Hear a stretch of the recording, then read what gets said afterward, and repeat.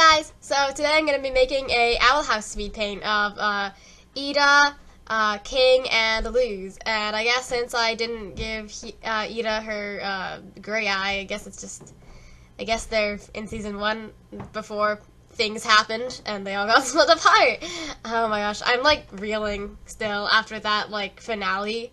So this is just gonna be me rambling about how good the show is. So let's start talking about the characters, I guess. So of course we gotta start with Luz since she's the main one. So Luz, I do love Luz. When she first showed up, I was like, oh, this is just gonna... She seemed like a stereotypical sort of main character, and she still kind of is, but she grew on me. She definitely did. I do love her. She just the ever optimist, but like recently though, with like everything that's happening recently, where she's like blaming herself for like a lot of the stuff that's happening, and it's like, no, Luz, it's not your fault. I mean, she did teach Philip the light glyph and help him get to the collector, which, you know, was the reason this raining spell's able to happen. But, you know, it's still not her fault. She had no way of knowing that it was, that Philip was Belos. Like, she had no way to know. It's not her fault. But the thing is, though, she hasn't told anyone that she helped Philip, because, of course, she's embarrassed about that. But, my theories for how that's going to play out in Season 3, which I'm so excited for Season 3, I cannot wait. So my theories for how that's going to play out in Season 3 is that, so since in Clouds on the Horizon, when she and Hunter are talking about the things that they're keeping secret from the group, because of course Hunter's a Grimwalker and he's not telling anyone about that, and Luz has her whole I helped Philip thing, and she's telling Hunter that he should just tell everyone about being Grimwalker, and he's like, but you didn't tell anyone about Philip, so you can't say that. And she's like, and then she immediately understands. She's like, no, we can't tell anyone about this. So I'm thinking that just by them like having those kind of almost like secrets, like connect them to each other a little bit there, I think that somehow either A, Hunter's gonna, through some character arc, his character arc is definitely leading up to him telling everyone that he's a Grimwalker, and so either he tells everyone he's a Grimwalker first, or Luz tells everyone about helping Philip first, and that'll inspire the other one to realize that the friend group's gonna be fine with it, and they should get that off their chest. And like, guys, Willow, Gus, and Amity are so sweet. They're not gonna judge them. They're gonna be so chill with it. They're gonna be so nice about it. So I hope. But I also hope that they get to tell them those secrets and they're not, like, forced out. Because it would be, like, such a good way to show their character development rather than having it, like, forced out, like someone blabs or they just figure it out. I'm really hoping that that's what happens. So anyway, on to Ida. Ida was my favorite character before Hunter was introduced. Ida is so good. I love her character. Her whole... first of all, her personality in general is just amazing. Like, we need more of Ida just being sassy and, lazy and just, she's the best. But she's not lazy, but I don't really know how to describe Ida. She's just amazing. I don't know what else to say. So of course, Ida, her curse is, like, super interesting to watch because, like, not only does that mean she gets, like, 3 awesome character designs for Harpy Ida, Cursed Ida, and normal Ida. Like, it's also such a great allegory, though, for, like, chronic illnesses and things like that, and it's done so well, and you get it immediately, and I love how they explore that more in Season 2, where knocking on Hooty's door, she learns to accept the curse as part of her, and also how it, like, impacts her family dynamics. Because that's, like, such real-life things, and I love it. It works really well. But I'm not going to go into that too deep here because, you know, there's better videos that delve into that. So, yeah, Ida's great. I really hope she's okay after what happens, what's happened in the finale. Like, she better not be dead. Also, Rain better not be dead. speaking of that, her and Rain are adorable together. Okay, moving on to King. So, I did always really love King.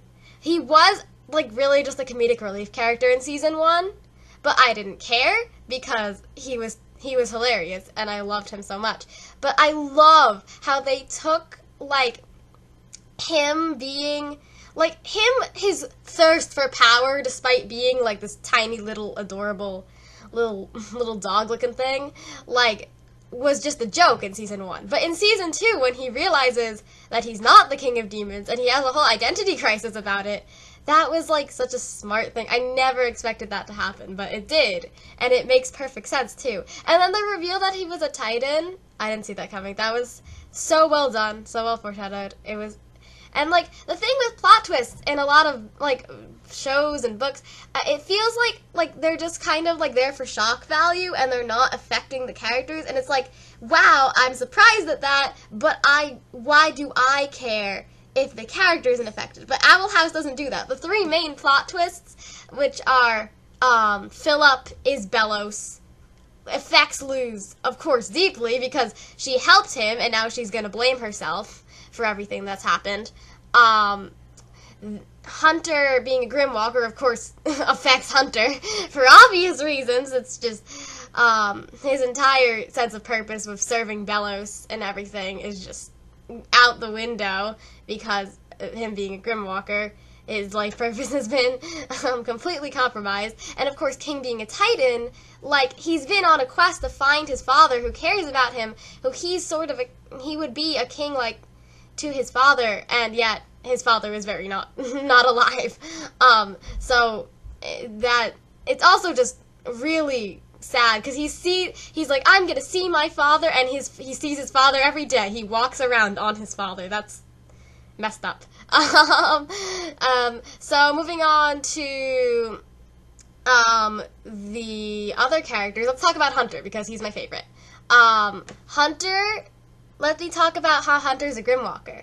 Like, I have one question about that. If Hunter's a Grimwalker, why does he think that Belos took him in? How did he get him to believe that? Like, did he just tell him that he took him in when he was a baby? That's probably the most likely explanation. Or you can somehow control Grimwalker memories, maybe? I don't know. Or maybe he somehow, I don't even know.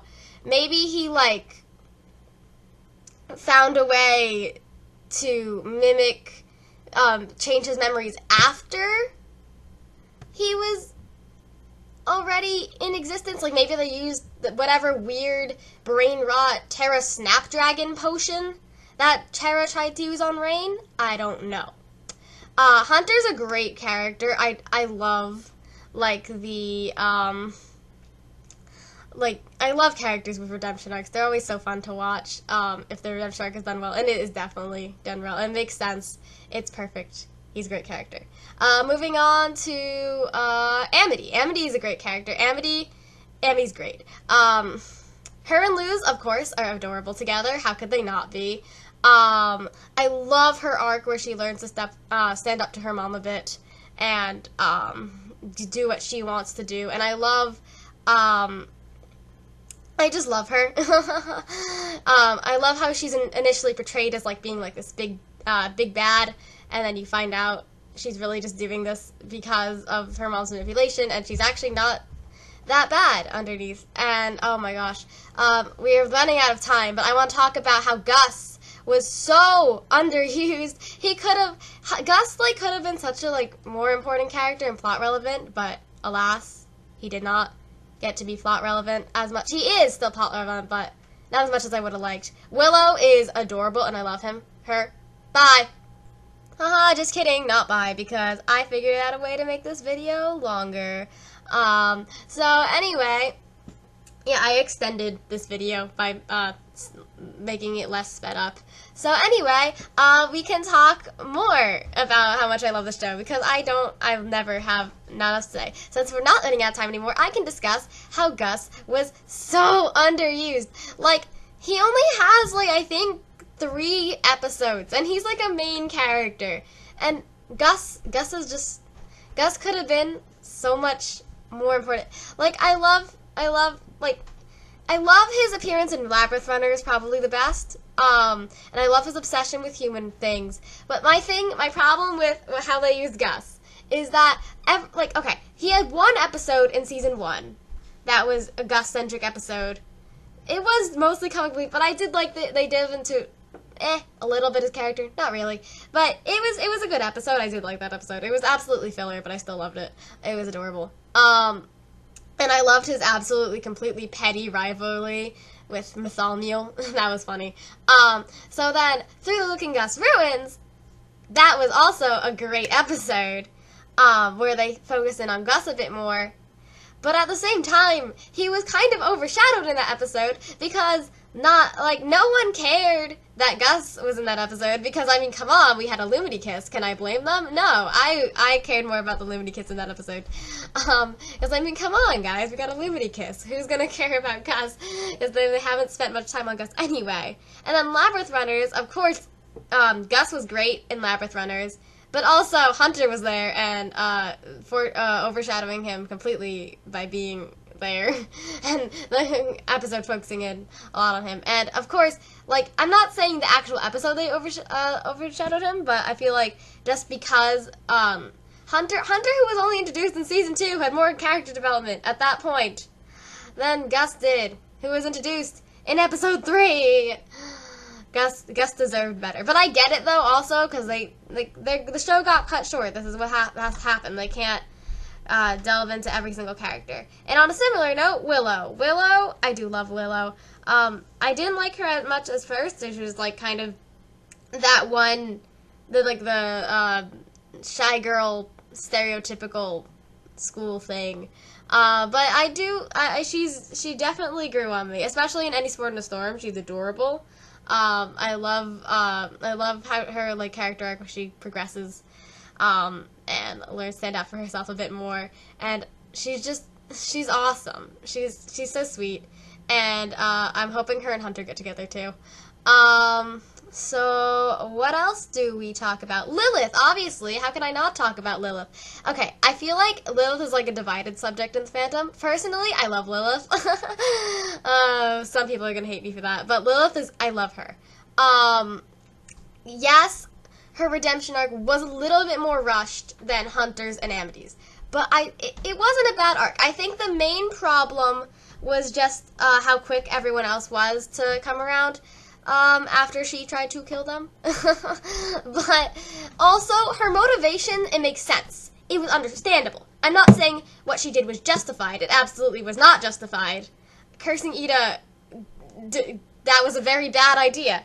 But also, she was 12, well, maybe not, I'm not sure how old, she was really young. Well, not really, she was still a teenager when that happened. She wasn't thinking things through. She also did say that she thought the curse was only gonna last for a day. Was it cheating? Absolutely. Was it a bad idea? Absolutely. Was she being an idiot? Absolutely. Should she have thought that through more? Absolutely. But she's an adult now. She regrets that decision, and I think she's a really interesting character. I also absolutely love her in season 2. Just being a nerd, and she's adorable, and I love it. She's too funny in season 2, where she's watching the ink dry is the best part. She's great. So, yeah.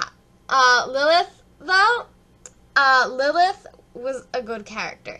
And also, I'm thinking, as far as family dynamics go, again, it does not excuse her actions, but I feel getting into the Emperor's Coven might have also been a chance to get a little bit more of her mother's attention. She always focused so much on Ida, but she just made that worse for herself. Congratulations, because by cursing Ida, her mom has to focus in more on Ida. Congratulations, Lilith, you played yourself. But, so, again, Lilith's actions were not excused at all, but, she does regret them, and you can see why she regrets them after Bellows decides that it's betrayal time, and he's not actually going to cure Ida, because she was working this whole time to make up for her mistake of cursing Ida, and, well, turns out she can't. Also, her friendship with Hootie is too funny. I love it so much. Oh yeah, Hootie. Hootie is so stupid, and I love him. Also, he's voiced by Alex Hirsch, and I'm a huge Gravity Falls fan, so there's that. His facial expressions, though. Hootie's facial expressions. Too silly. I can't. He's adorable.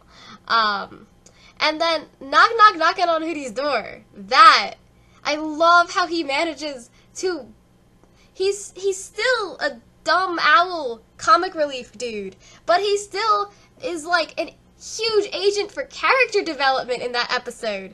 He gets the other characters to develop, and he's still a bird tube. Also, I love how, like, in, like, Hollow Mind, they're like, Hollow Mind's my favorite episode, by the way. But I love how in Hollow Mind, they're like, I know how to get past the bird.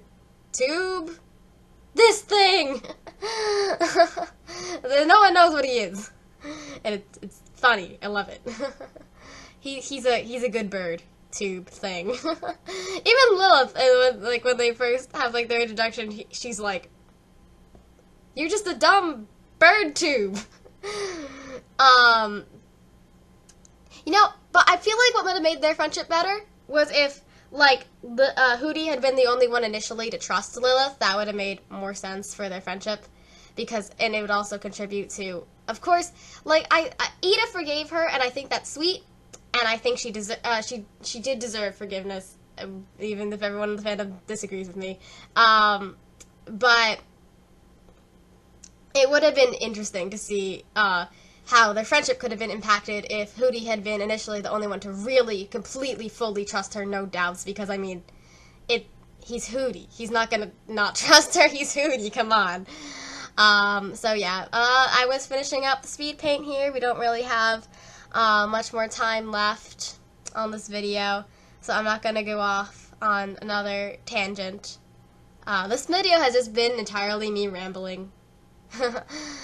I'm that person who goes off on tangents and rambles a lot. So I'm just gonna wait for the speed paint to finish, and also, can we just talk about how Bella's being Philip? That was such a good twist. It was set up so well too. Okay, anyway, I'm gonna let the speed paint finish. Yeah, it's almost done. So